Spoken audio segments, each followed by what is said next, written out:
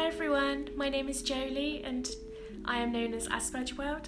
Today I'm going to be talking a little bit about how and why I refer to myself as a disabled person.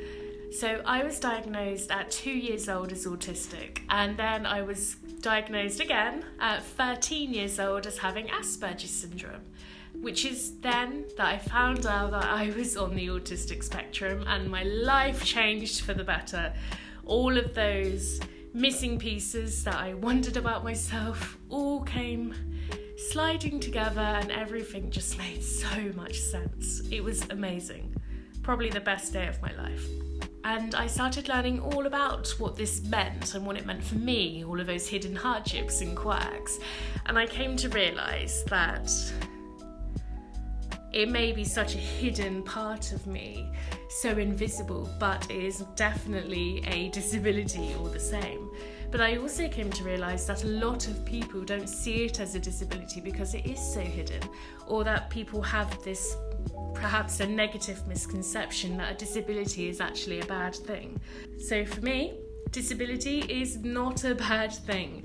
I love my disability and I love my autism because it really has empowered me to be my best self. So when I call myself disabled, because it's an identity that really does embrace every part of me. It embraces the hardships and the quirks, all of the things that I struggle with. It doesn't undermine any of my difficulties or highlight the quirks in a way that doesn't really showcase what my difficulties are. So being disabled is actually an identity that really empowers me to be my best self, because I am not teaching myself that I need to be any different to who I am, 100% who I am. So being disabled allows me to take off that mask that society has tried to teach me that I need. And autism for me is obviously very hard, and a lot of people won't realise that I'm autistic, and sometimes I don't always look autistic, as if autism has a look, but the thing is that autism doesn't have a look, and my capabilities can fluctuate every hour of every day. So sometimes I can be stereotypically autistic and I'll be non-verbal and unable to walk or talk or communicate in a way that most people can understand, and I'll need help crossing the road because I can't process when the cars are coming and when they're about to hit me. I have no understanding of danger or fear of consequences because I can't process what those dangers are.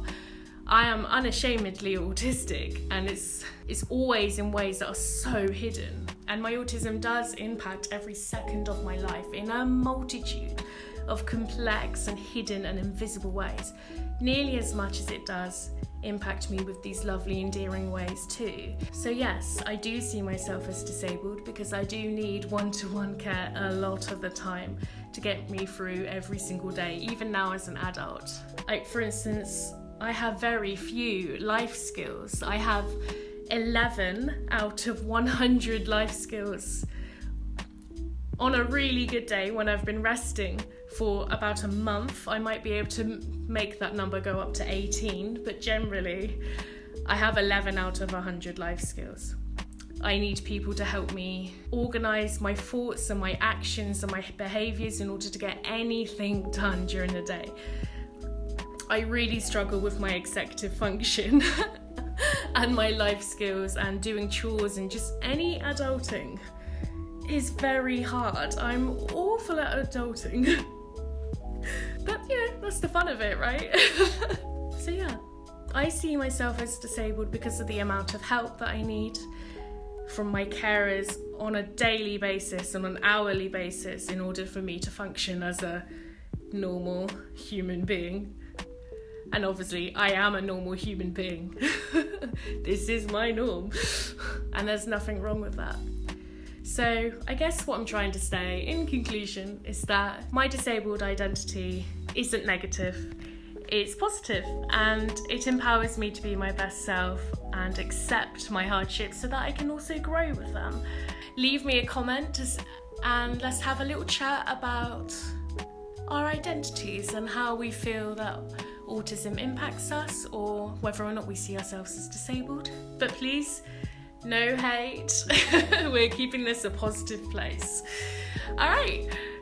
Thank you for listening. Bye.